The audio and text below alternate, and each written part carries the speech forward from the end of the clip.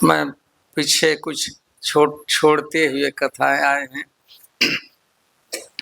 तो हम पहले उसको करते हैं। अक्रूर जी की ब्रज के भगवान के लीला काल में अनेक लोगों ने ब्रज की यात्रा की, लेकिन दो लोगों की यात्रा की बड़ी चर्चा है, एक अक्रूर जी और उद्धव जी। मथुरा से दोनों ब्रज की वृंदावन की यात्रा किए थे। तो हम चूंकि अक्रूर घाट पर गए थे, तो अक्रूर जी की कथा प्राय नहीं, संक्षेप में ऐसे एक आध 2 मिनटों में मैं बता दिया था, हम लोग बता दिए थे। तो हम अक्रूर जी की कथा, अक्रूर घाट की कथा वहीं से प्रारंभ करते हैं। हम लोग जानते हैं कंस बहुत चिंतित एक समय थे। अनेक उनके सेवक लोग, असुर लोग भेजे गए वृंदावन में, ब्रज में कृष्ण बलराम को मारने के लिए, लेकिन कृष्ण बलराम को तो कुछ हानि नहीं पहुंचा सके असुर, स्वयं भी वो मर गए, मारे गए। तो कंस को बड़ी चिंता थी कि मैं क्या करूं, हमारे अनेक अनेक जो एसोसिएट्स हमारे पार्षद थे, हमारे सेवक थे, मारे गए हैं।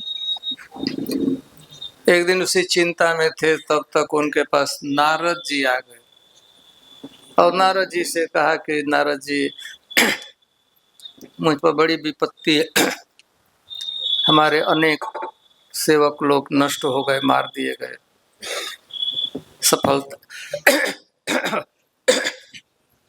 और जिस व्यक्ति वो कृष्ण बलराम को मारने के लिए गया, उनका कुछ नहीं बिगड़ा। मैं क्या करूं, क्या ऐसा क्या रहस्य है, उन बच्चों में कहाँ से ताकत आ गई है। तो नारद जी बताए कि बेटा कंस, तुमको पता, यशोदा या सुता कन्या, कंस तुमने जिस बालिका को, लड़की को, पुत्री को पत्थर पर मारने, पटक कर मारने का प्रयास किया, वह देवकी की पुत्री नहीं थी। देव आप उत्पन्न हुई थी, मैं उसी समय पर प्रवेश कर गया था कारागृह में। न, यशोदा या सुता कन्या, जिस बालिका को, पुत्री को तुमने मारने का प्रयास किया, जो आकाश में उड़ गई, देवी के रूप में प्रकट हो, वो यशोदा की पुत्री थी। यशोदा या सुता देवक्या कृष्ण में, और तुम जिस कृष्ण को मारने का प्रयास करते हो, वो कृष्ण देवकी वसुदेव के पुत्र है। उस जानकारी दी, यशोदा या सुता कन्या, वो कन्या थी, पुत्री थी, वो तो यशोदा की पुत्री थी, और कृष्ण वो देवकी के पुत्र। रामम च, और बलराम भी, रोहिणी पुत्रो, उन दोनों के पिता, कृष्ण और बलराम के पिता वसुदेव है ना बेबी। तुम आज समझ लो मैं झूठ साधु हूँ, झूठ नहीं तुमसे बोलता। कृष्ण बलराम वसुदेव जी के पुत्र हैं, कृष्ण बस देवकी के पुत्र हैं, और बलराम रोहिणी जी के पुत्र हैं। तो यह न्यस्तौ समुद्रे नंदे वयाभ्याम से, जिन लोगों ने तुम्हारे सेवकों को, तुम्हारे मनुष्य, तुम्हारे लोगों को मारे हैं, कृष्ण बना वसुदेव तुमसे नजर बचाकर, जन्म वही हुआ था कृष्ण का कारागृह में, तुम्हारे महल में। वसुदेव छुप कर अपने मित्र नंद के पास कृष्ण को रखाया था।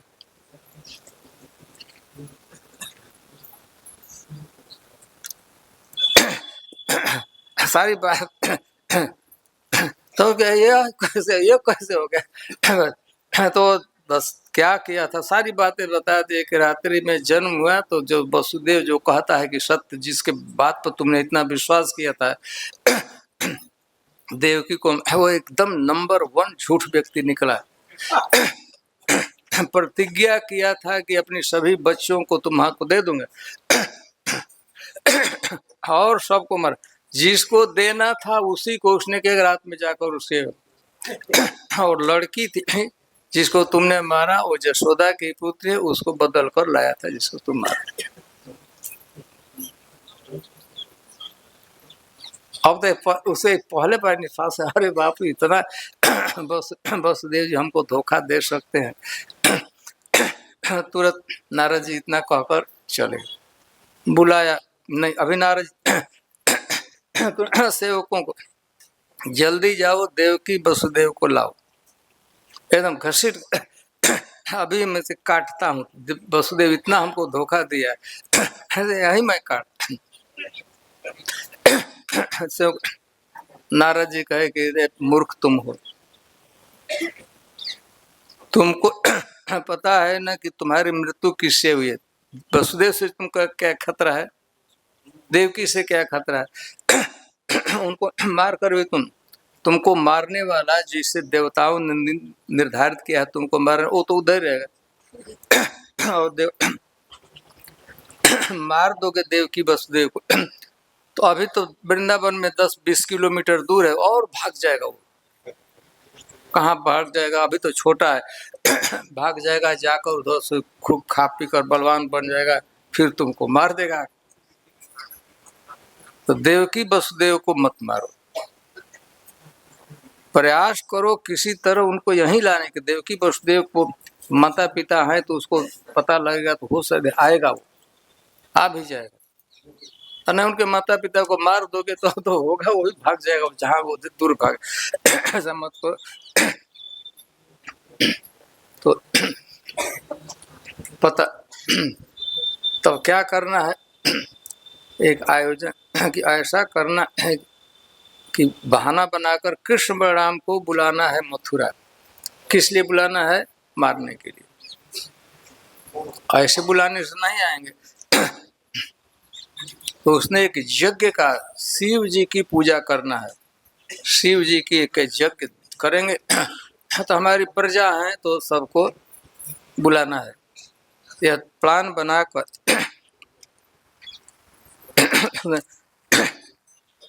अक्रूर ऋषि से कहा अक्रूर जी से कहा कि अक्रूर जी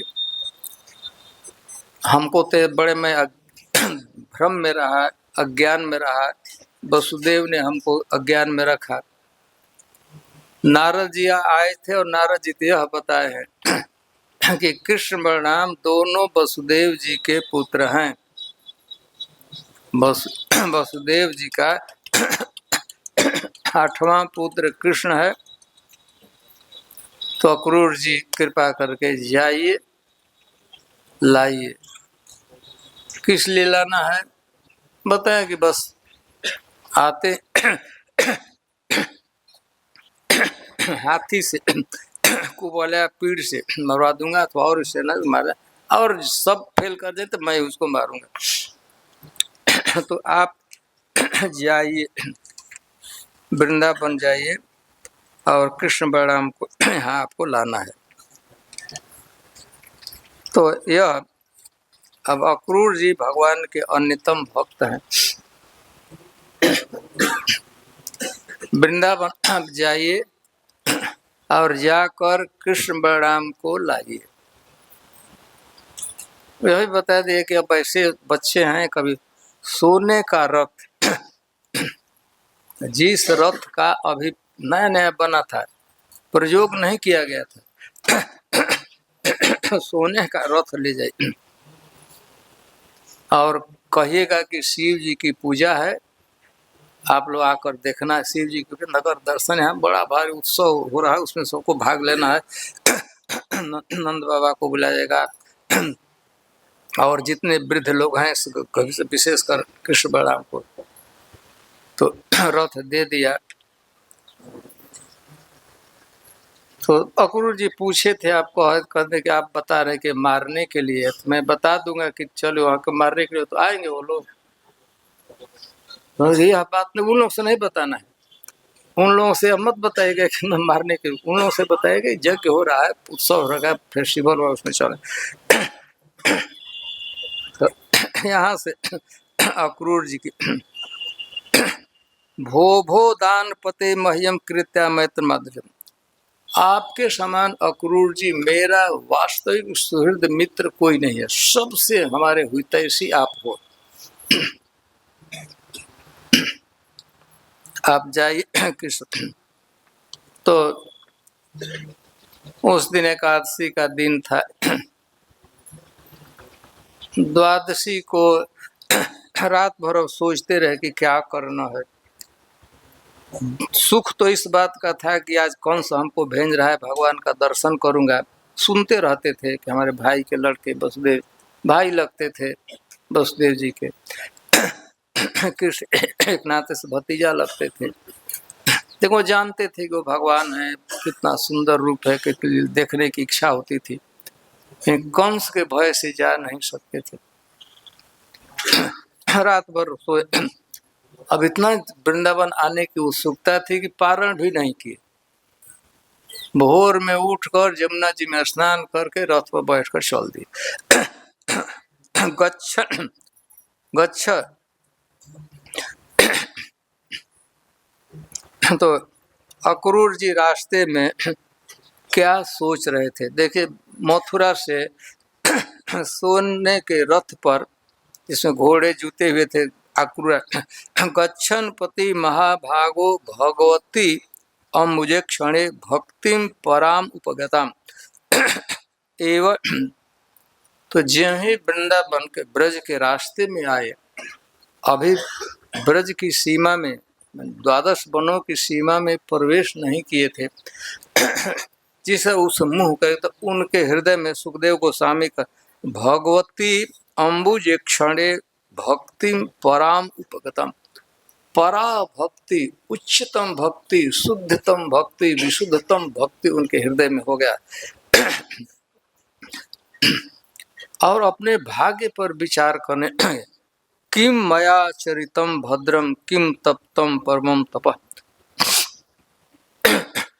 मैंने कौन ऐसा शुभ कर्म किया, मैंने कब कौन ऐसा है कि सुपात्र को मैंने दान दिया, मैंने ऐसी तपस्या किया, दूसरों का सम्मान करते हुए, दूसरों जीवों का कल्याण करते, हित साथ चिंतन करते हुए मैं कौन से ऐसा तपस्या किया हूँ कि मैंने अद्रक्षामि अद्य केशवम, आज मैं कृष्ण को, केशव को देखूंगा, अपनी आंखों से देखूंगा, मैंने कौन सा शुभ कर्म किया है, कौन सी तपस्या की है, कौन सा दान किया है।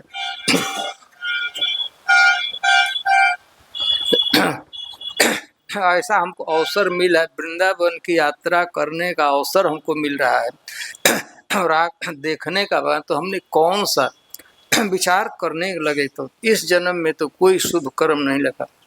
अरे महान पापी हूँ, कंस का मैं अनुचर हूँ, सेवक हूँ, जीवन भर कंस की सेवा में लगा हूँ, हमसे कुछ नहीं। फिर ममय तद दुर्लभम मन्ये, कंस ने हमको भेज दिया, लेकिन ना, अरे कोई अच्छा काम तो हुआ नहीं है। मम एतद दुर्लभम मन्ये, मैं जा तो रहा हूँ लेकिन हमको भगवान का दर्शन नहीं। कहाँ कैसे दर्शन? उत्तम, अरे भगवान के, मैं विषयात्मा हूँ। विषयात्मा सुने हैं? विषय मतलब एक महात्मा होता है, विषयात्मा ने विषय भोग में, सुख में, यहीं से पाप में ही लगे हुए विषयात्मा हूँ। तो विषयात्मा को सेंस ग्रेटिफिकेशन में ही मेरा मन है। One who is observe in sense gratification, जीवन में कुछ भी केवल यही इंद्रिय तप्तन में, खाने में, सोने में, अच्छा कपड़ा पहनने में, इसी में मैं लगा हूँ। तो मैं चल तो दिया हूँ लेकिन निश्चित रूप से हमको भगवान का दर्शन नहीं होगा। दैन्य आया।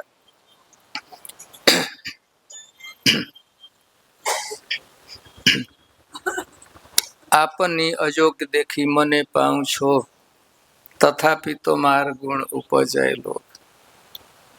कुछ तो है नहीं। उन्होंने कहा बामन जैसे चांद धरते चाहे करे। कोई बामन द्वार चाहे कि अपने हाथ से चंद्रमा को छू लूं, छू सकता है? तो ठीक मेरी अस्थिति, अरे लंबा जो शरीर वो भी नहीं छू सकता है। पेड़ के ऊपर चढ़कर भी चाहे तो छू नहीं सकता है। मैं बौना तो यह होने वाला नहीं है।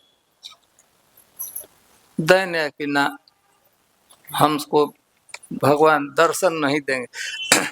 लेकिन मैं से भी, लेकिन फिर वैसे कि ना मैं भले अयोग्य हूँ लेकिन भगवान कृपा करने वाले हैं, जरूर हमको दर्शन दे। हमको जरूर, मैं वृंदावन के पथ पर निकल चुका हूँ।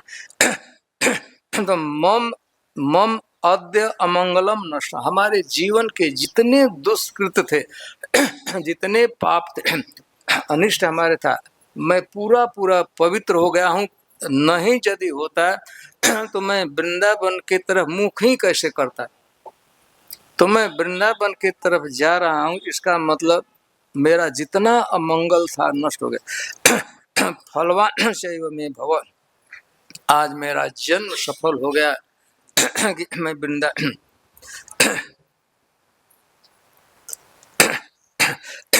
अरे यन नमस्ते, मैं वृंदावन जा रहा हूँ, भगवान को डायरेक्ट प्रणाम करूँगा। बड़े बड़े योगी लोग जन्म जन्मांतर तक तपस्या करते हैं, ध्यान कर, जो चरण उनके ध्यान में भी नहीं आ पाता है। यदि वो ध्यान में भगवान का चरण कमल के हृदय पटल पर ध्यान में मेडिटेशन में आ जाता है तो उसी को बड़ा भाग्य मानते हैं। लेकिन मेरा आज भाग्य है कि डायरेक्ट में योगी ध्येयम अंघ्रि पंकजम, भगवान के चरण कमलों को मैं प्रणाम करूंगा। अक्रूर जी, कैसे आप ऐसा समझते हैं कि आप जैसा व्यक्ति जो कंस की सेवा में रहा है, आपको कैसे लगता है कि आप भगवान को देखेंगे? अक्रूर जी कहते हैं कि सारी परिस्थितियां अनुकूल हो रही। कंसो बताद्या कृतमे तनुग्रह। अरे आज कंस जैसा पापी व्यक्ति वह हमको रथ देकर बंडम भेज रहा है। कौन से कितना महान पापी है, दुरात्मा है, भगवान से द्रोह करने वाला है। ब्रज आज कौन सा हम पर अनुग्रह कर रहा है और अनुग्रह कृपा कर है, वृंदावन भेज रहा है। तो यह निश्चित द्रक्ष्यंघ्रिमूलम पे तो मैं निश्चित रूप से मैं भगवान कृष्ण के चरणों का दर्शन करूंगा। कृतावतार भगवान के विषय में भगवान अवतार लिए, स्वयं भगवान मेरे भतीजे के, मेरे भाई के पुत्र के रूप में, वसुदेव जी के पुत्र के रूप में अवतार लिए हैं। पूर्व जिन भगवान के चरण कमलों का ध्यान करके पूर्व में बड़े बड़े योगी लोग, भक्त लोग केवल मनोमय ध्यान करके भगवान के धाम में चले गए, आज मेरा सौभाग्य है कि मैं उसी को देखूंगा। तो मैं जरूर भगवान का दर्शन करूंगा, क्योंकि सारी परिस्थितियां अनुकूल हो रही हैं। और विशेष गरल सुधा रिपु करई मिताई, गोपद सिंधु अनल शीतलाई। जब भगवान की भक्ति होती है अनुकूल भाई, तो गरल सुधा विष है वह काम करने लगता है अमृत का। और जो कट्टर मित्र है, जानलेवा मित्र शत्रु होते हैं, वो मित्र बन जाते हैं।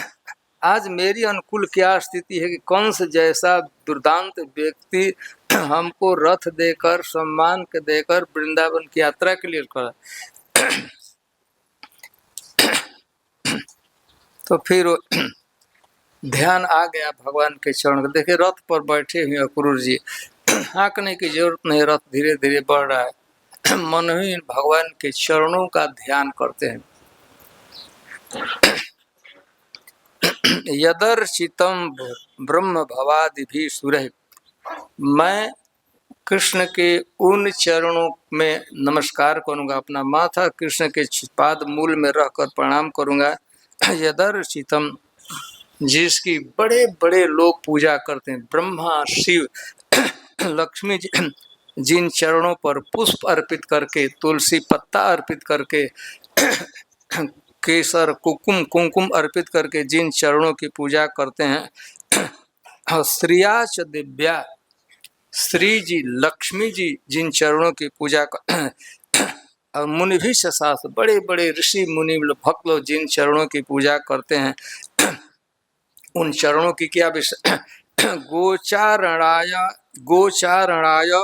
अनुचरद बने, वे चरण गोचारण के लिए गायों के पीछे पीछे भगवान को चरण चलते हैं।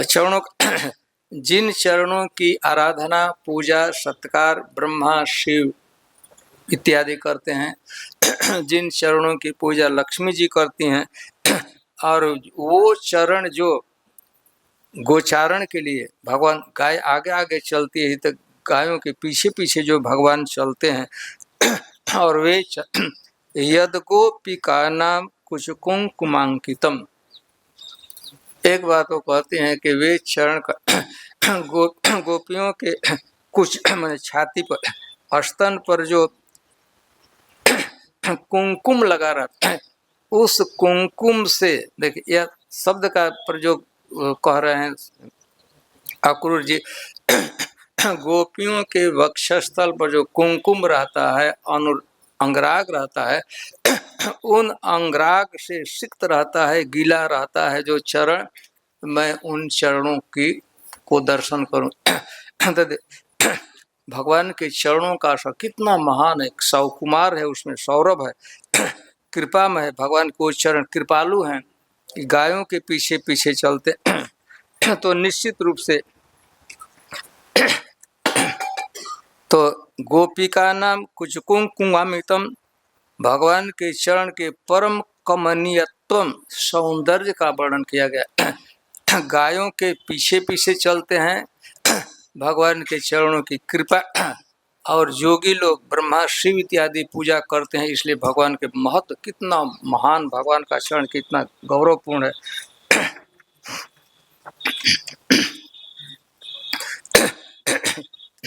चरण फिर पहले तो चरण द्रक्षामि नूनम शुक्लो सुकपोल नासिका, फिर कि मैं देखूंगा, द्रक्षा में निश्चित रूप से मैं सुकपोल, कपोल मतलब गाल, पहले चरण सुकपोल चिकना जिनका गाल है, और नासिका नाक, भगवान का चिंतन स्मिता लोग, और मैं देखूंगा कि भगवान के चेहरे पर क्या मुस्कान है, हास्य है, मुस्कान है, स्मित, अरुण कंज लोचन, भगवान की आंखों में लालिमा होगी, कंज के जो पुष्प होता है, कमल का पुष्प, कमल के जो लाल कमल होता है, तो भगवान के नेत्रों में लालिमा है। मुखम मुकुंदस्य, भगवान मुकुंद के मैं मुख को देखूंगा, गुड़ाल का वृतम, जिनके मुंह के आगे लटका होगा घुंघराले बाल से घिरा होगा। ध्यान कर रहे हैं भगवान का चेहरा कैसे होगा, तो उसमें घुंघराले बाल लटके रहेंगे, करली है कि प्रदक्षिणम में प्रचरंती में मृगा, क्योंकि जो शुभ पशु हैं, हिरण है, गाय, मैं चलता हूँ तो हमारे दाहिने हो जाते हैं, यह बहुत शुभ माना जाता। आप चल, आपके गाय से इधर गाय इधर घूमने लगे, हरिण इधर से दिख जाए, तो समझना चाहिए कि वो यात्रा सफल होने जा प्रदक्षिणंती में प्रदक्षिणम में प्रचरंती वही मृगा, कि जैसे अच्छे अच्छे शुभ पशु गाय इत्यादि, हाथी, ऊंट हमारे दाहिने हो जाते हैं रास्ते में, इधर भी होते हैं तो दौड़ कर हमारे दाहिने, निश्चित रूप से मैं देखूंगा भगवान के। तो इसमें भगवान के आँखों में लालिमा है और इसके भगवान के नाम में कालापन। एक कवि ने भगवान के, अब नेत्रों की बात आ गई तो थोड़ा उस पर चिंता। अमी हलाहल मद भरे श्याम श्वेत रतनार, जियत मरत झुक झुकी परत, यही चित अत एक बार। भगवान के आंखों में लालिमा है खास, और सफेद है भी, और माँ यशोदा अंजन लगा देती है तो काला भी होता है। तो भगवान के नेत्रों में एक कहीं अमृत भरा हुआ, सफेद है अमृत। अमी हला हलोट काला है, वो है विष। अमी हला हल मद, जो क्या दूसरा रंग छूट गया,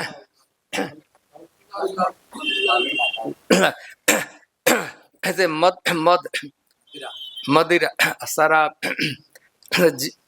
जो भी या तो आंखों को देख लेता है कोई तो वो उसे देख देते हैं।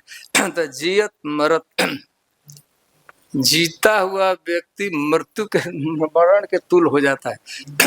भगवान के जो कालिमा काला है देखता है तो एकदम से उसका इतना विक्षिप्त हो जाता है, प्रेम के आनंद में हो जाता है कि सारी इंद्रियां चेष्टाएं बंद हो जाती है।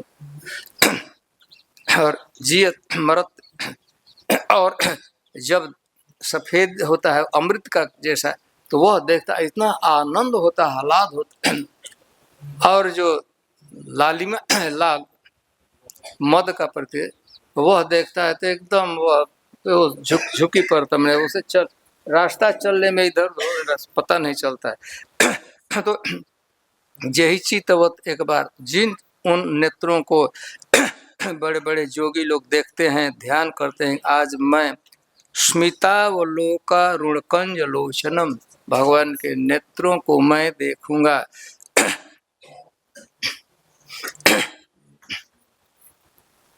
और फिर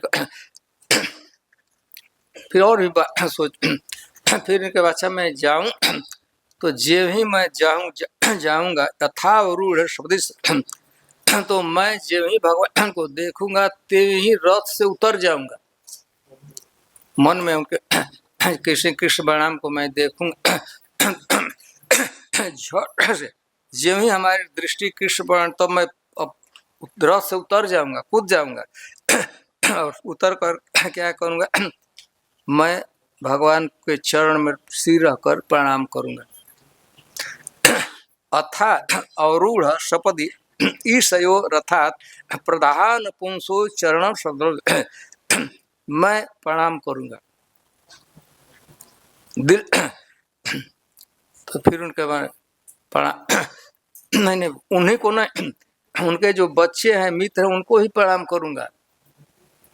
पहले तो मन में आया कि भगवान को प्रणाम, क्या तो उद्धव जी से पूछे केवल भगवान को, ना ना ना कृष्ण प्रणाम करो, उनके जो मित्र हैं छोटे छोटे बच्चे उनको ही प्रणाम करो। अरे उन्हीं को नहीं, जो गाय है बछड़े हैं उनको ही मैं प्रणाम करूंगा, सबको प्रणाम करो। मन में बात आ रही।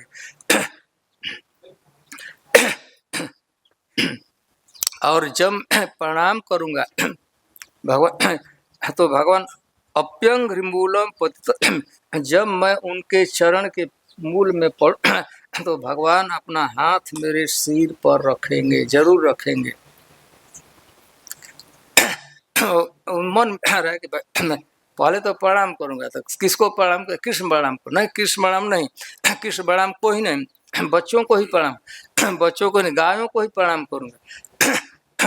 तो जब मैं प्रणाम करूंगा तो मेरे पतित से मैं गिरा रहूंगा, तो भगवान अपना हाथ मेरे सिर पर रखे, हस्त पंग दत्ता पैर कहीं नहीं करते हैं ना। आप पैर पर गिरते हैं तो पैर क्या करता है?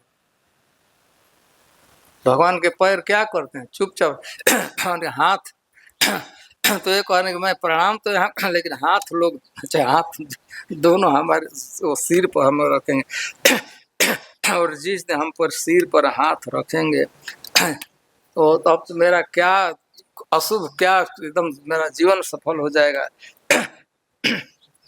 अंग्री मूले पत्स में शीर्षि निज हस्त पंकजम आदि, मैं प्रणाम करूंगा तो भगवान हमारे सिर पर हाथ रखेंगे। आप लोग गोपी गीत में पढ़ते हैं, चौथा पांचवा है, विरचिता भयम विष्णुधूर्जते शरण मीयुषाम संस्कृतेर भयात।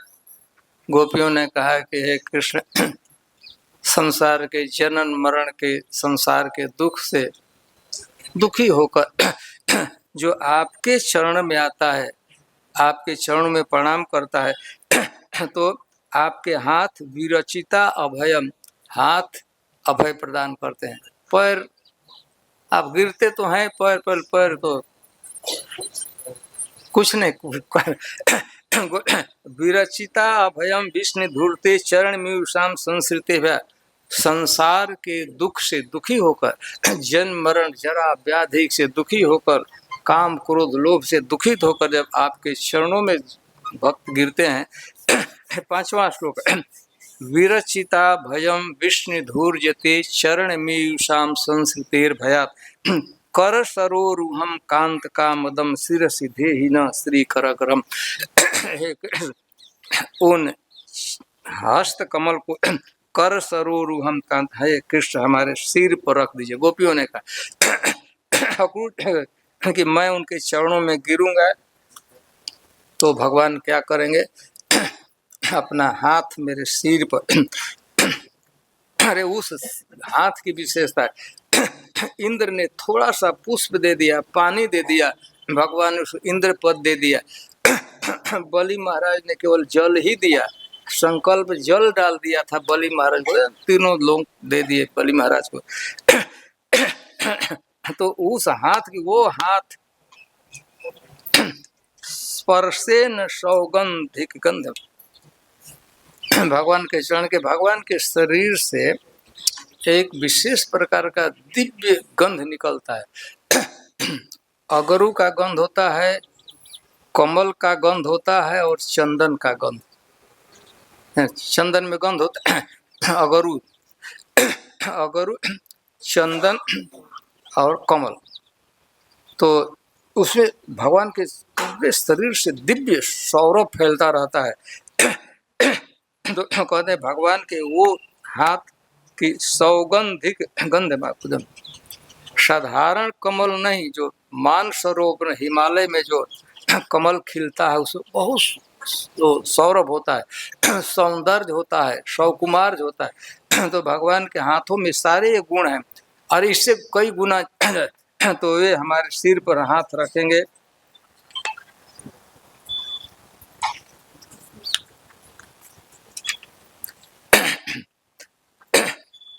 ऐसे सोचते, और भी बहुत से सोचते। रथ वह जा रहे थे तब तक एक जगह के पदानि तस्या खिललोकपाल किरीट जुष्टा मलपात रेणु। एक जगह अक्रूर जी देखे, रथ पर ही थे, एक जगह देखे कि भगवान के चरण चिन्ह पड़े हुए हैं धूलि में।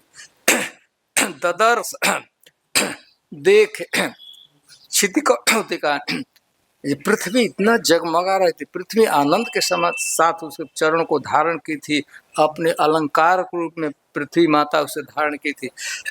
मिटने नहीं, पृथ्वी भगवान का जो चरण पड़ता था तो पृथ्वी देवी उसे मिटने नहीं देती थी, खूब कई एक दिन तक वैसे रहता था चरण चिन्ह, बालू पर भी, धूली पर भी। तो ये कहते हैं कि पृथ्वी उन्होंने देखा कि पृथ्वी देवी कितना अलंकार के गौरव के समान, गहना के समान धारण की हुई।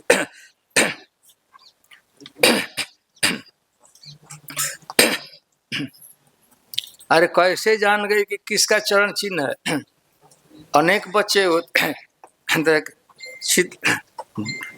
अब जब अंकुश भगवान के चरण में तलवे में कुछ निशान है, फलय का निशान है, जौ का निशान है, पुष्प का निशान है, तो देखे तो पहचान लिए कि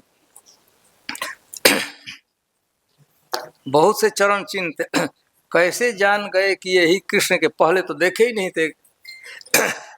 देख तदर्शनम, जिम ही अभी धूली पर, रथ पर ही बैठे थे, धूली पर देखे तदर्शन लाद भी, इतना उनको आनंद हुआ, इतना उनको खुशी हुई कि उनके पूरे शरीर पर रोमांच हो गया।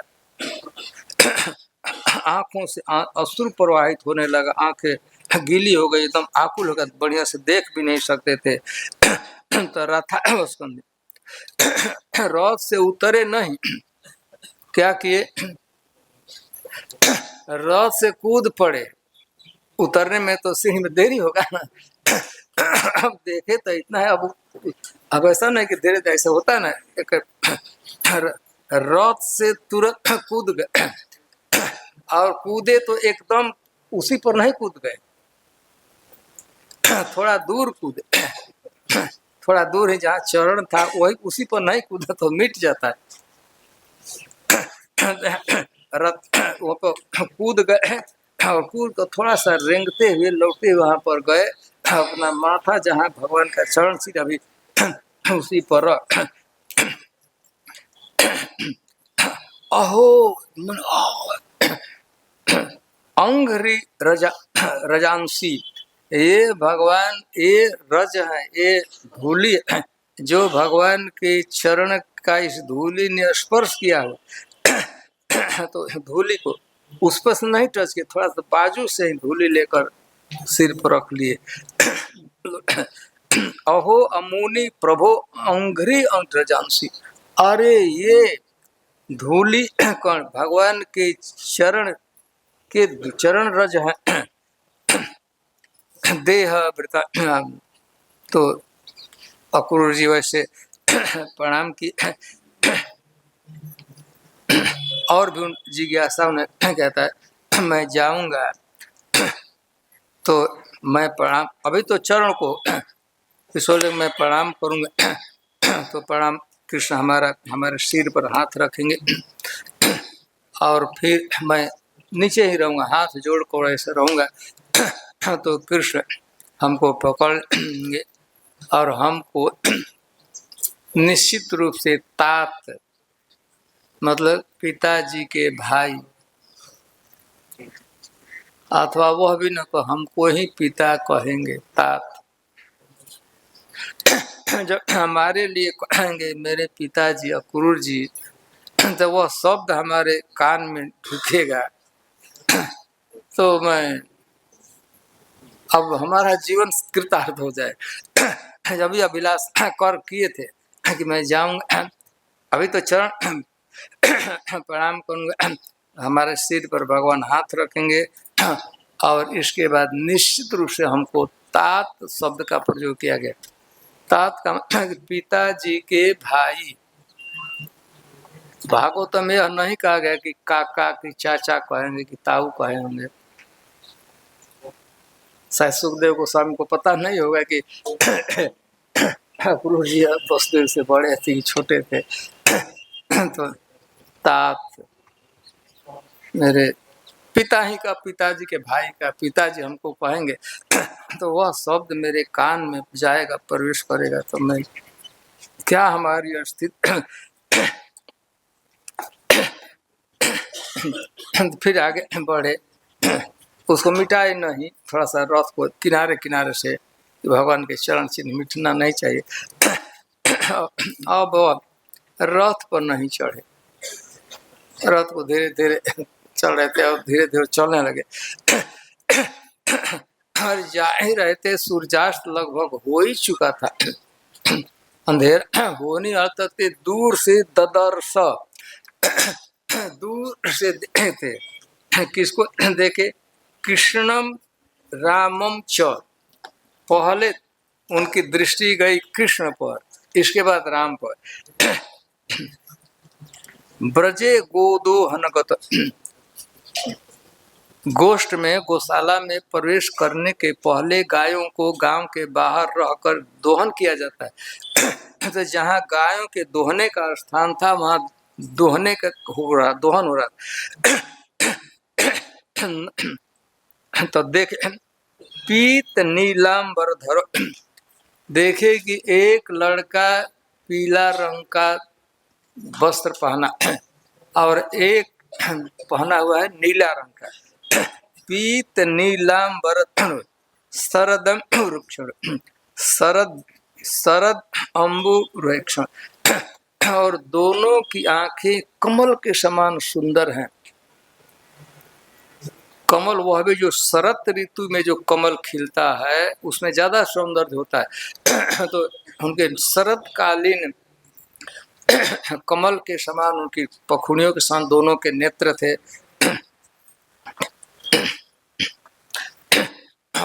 देखें कि नंद बाबा गाय दूर है और कृष्ण क्या के एक बछड़े को ऐसे उसे गर्दन के चारों तरफ घेर कर पकड़े हुए। कभी बछड़ा जब नंद बाबा तो गाय दूर रहते तो बछड़ा घटाना होता है तो वो ज्यादा दूध, तो कृष्ण पकड़े थे। कैसे पकड़े थे? बछड़े का जो गर्दन के चारों तरफ हाथ को ऐसे रखकर ऐसे खींचकर थोड़े तो बछड़े का मुंह और कृष्ण का मुंह एकदम कचा का एकदम सामने सामने था और कृष्ण ऐसे गर्दन में पकड़े हुए थे उसके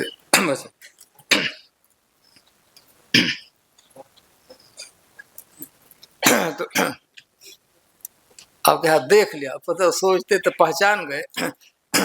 एक को देखे कि पीला धोती पहना हुआ है, एक नीला धोती पहना हुआ, तो समझ गए कि कौन। ऐसा उनको लगा कि ऐसा लगा कि दो हाथी के बच्चे, और देखिए बड़े एकदम अच्छा बढ़िया स्वस्थ शरीर था। और इसके बाद उनको लगा कि ऐसा लग रहा है कि दो हाथी के बच्चे घूम रहे। तभी दूर भगवान को उस देखे थे कि भगवान पकड़े नंद बाबा गाय को दूह लिए, तो संकेत किया तो इन्होंने छोड़ दिया बछड़े को।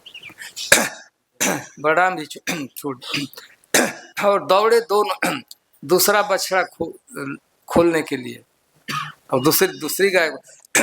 तो जब जा रहे तो वह देखे को ऐसे लगा कि दो हाथी के छोटे छोटे बच्चे दौड़ रहे हैं। हाथी की बात बताई गई है। मतलब कि लगता है कि शरीर एकदम स्वस्थ था और चाल से लगता था कि उनमें ताकत भी है। तभी ना हाथी की बात है देख कह रहे हैं सुखदेव गोस्वामी में था। ठीक है, जाते जाते दोहन हो ये तो बेचारे देखे नहीं थे, कृष्ण बलराम तो नहीं देखे थे, अक्रूर जी को जानते भी नहीं, दूर से आ रहे थे। तो नंद बाबा बताए कि तुम्हारे चाचा चाहे ताऊ जो कहे होंगे अक्रूर जी हैं। वो बच्चे कुछ दौड़कर उनके जा रहे थे, तब तक वही आकर गिर पड़े। पिता हैं तो पिता तुल्य पितृव्य पर वहाँ जाए तो वो सोचते थे कि हम लोग प्रणाम करें। उनके कृष्ण बलराम के झुकने से पहले बलराम अक्रूर जाकर गिर पर लौट गए। लौट गए तो लोटे लोटे कुछ कर रहे थे तो भगवान उनके सिर पर हाथ रखे, बाम से उठा लिए। उठा लिए तो एक तरफ एक हाथ बलराम जी पकड़ ली और एक तरफ कृष्ण पकड़ ली। वैसे दोनों ऐसे चढ़ रहे थे, एक बच नहीं जानते किधर किस घर में जाना। तो उनको ले गए वहां पर, ले गए। इसके बाद तो अब तो समाचार हुआ बढ़िया से। वसुदेव जी अरे माँ जसोदा आ गई, नंद बाबा आ गए, बढ़िया से उनको स्नान कराया गया। कृष्ण तो सारा काम कृष्ण बलराम ही करने लगे। कृष्ण बलराम ही उनको मैंने पानी लाना, जल्दी से पानी ला दिए, स्नान करे, पैर धो दिए, कृष्ण बलराम एक एक पैर धो दिए उनका। धोकर उनका बढ़िया से प्रसाद में खिलाया गया। इसके बाद आराम करने लगे तो एक पैर भगवान कृष्ण पकड़ लिए और दूसरा पैर बलराम जी। थके हैं, ऐसे ज्यादा चले तो नहीं थे, रथ पर चढ़ते, लेकिन फिर भी उपचार है। समाचार पूछे, नंद माँ जसोदा को नींद आ तो पूछे कि भगवान चाचा जी कैसे आना हुआ। बताए कि कंस के यहाँ चलना है। तो उसने तो कंस से कहा था कि बताना नहीं है किस लिए, लेकिन बता ही दिए किस लिए आपको बुलाए। तो भगवान महाराज ठीक है, दूसरे से नंद किसी से नहीं बताना है, केवल इतनी बात बताना है कि फेस्टिवल है, शिव जी की पूजा है, फेस्टिवल में चलना है, उत्सव में चलना। दूसरे दिन रात पर है, तो रात भर रहने के बाद दूसरे दिन अक्रूर जी भगवान कृष्ण बलराम को रथ पर चढ़ाकर लाए थे, मथुरा ले जा रहे थे। बहुत सी कथा आप लोग जानते हैं, क्या क्या गोपियों को सबसे दुख का दिन यही था। अक्रूर यहाँ से ले जा रहे थे नंदगांव से, तो जब वो दोपहर हो गया, दोपहर का समय, अक्रूर जी को बड़े द्वंद में थे, बड़ा दिक्कत हो रहा था।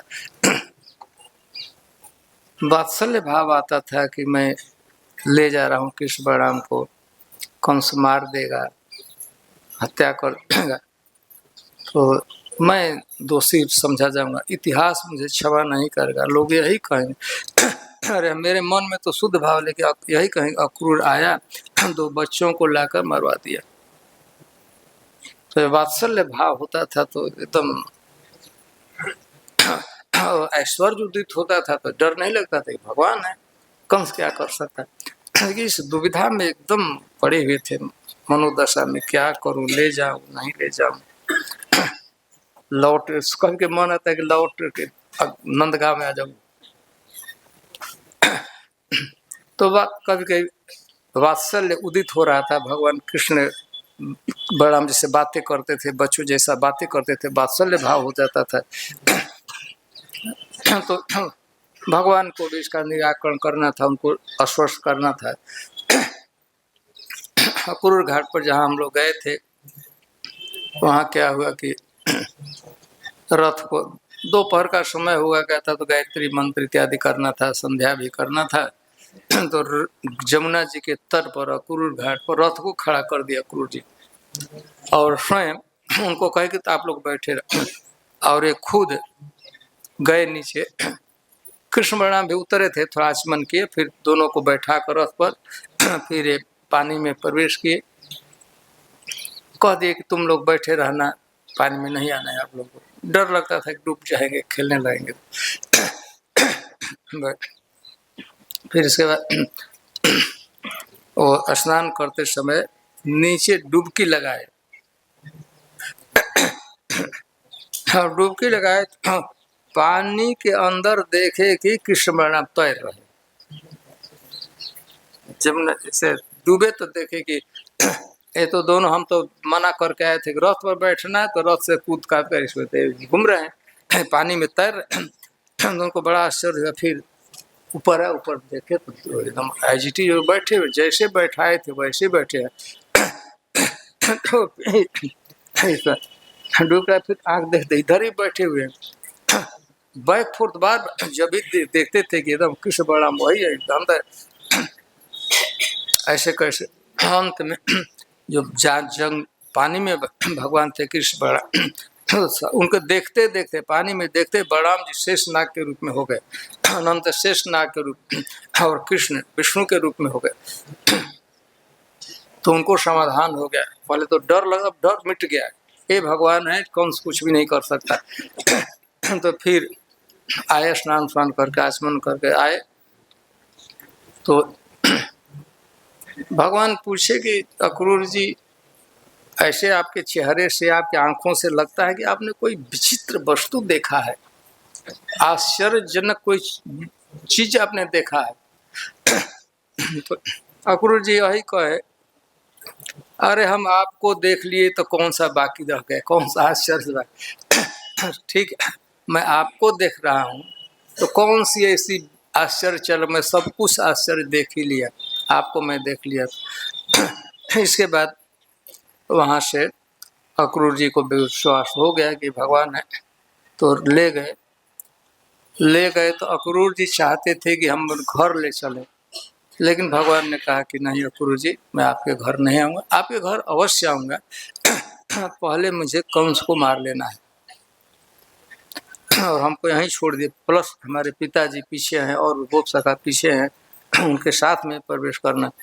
तो उस दिन भगवान कृष्ण और सब गोप सखा, नंद बाबा इत्यादि भी सब लोग पहुंच गए। तो मथुरा के आउटर स्कर्ट में बाहर में ही रुके भगवान।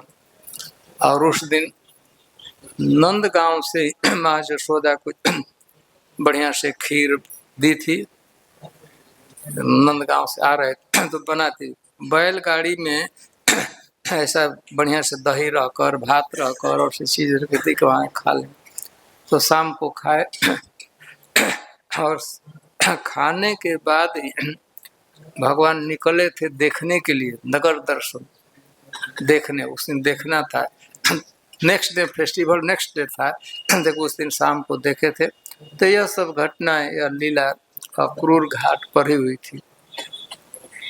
तो हम वहाँ थोड़ा संक्षिप्त किए थे। अक्रूर जी की हमें पहले कहते कि भगवान के लीला काल में दो लोगों की यात्रा, ब्रज की यात्रा बहुत महत्वपूर्ण समझी जाती है। एक अक्रूर जी और दूसरे हैं उद्धव जी। तो अभी कभी चर्चा करेंगे, उद्धव जी भी आए थे तो उनकी क्या दशा हुई थी, कैसे उनका भाव बदला था, तो उसके तो हम आगे चर्चा कर। एग्जैक्ट 9:30 बज गया होगा ना, तो ठीक है, हम लोगों को प्रसादम कहाँ वहाँ करेंगे कि यहाँ पर वहाँ?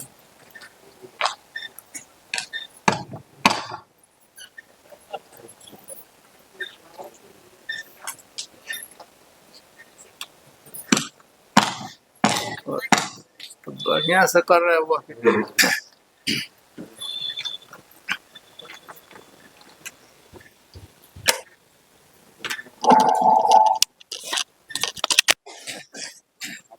रोज गलती आता। हरे कृष्ण।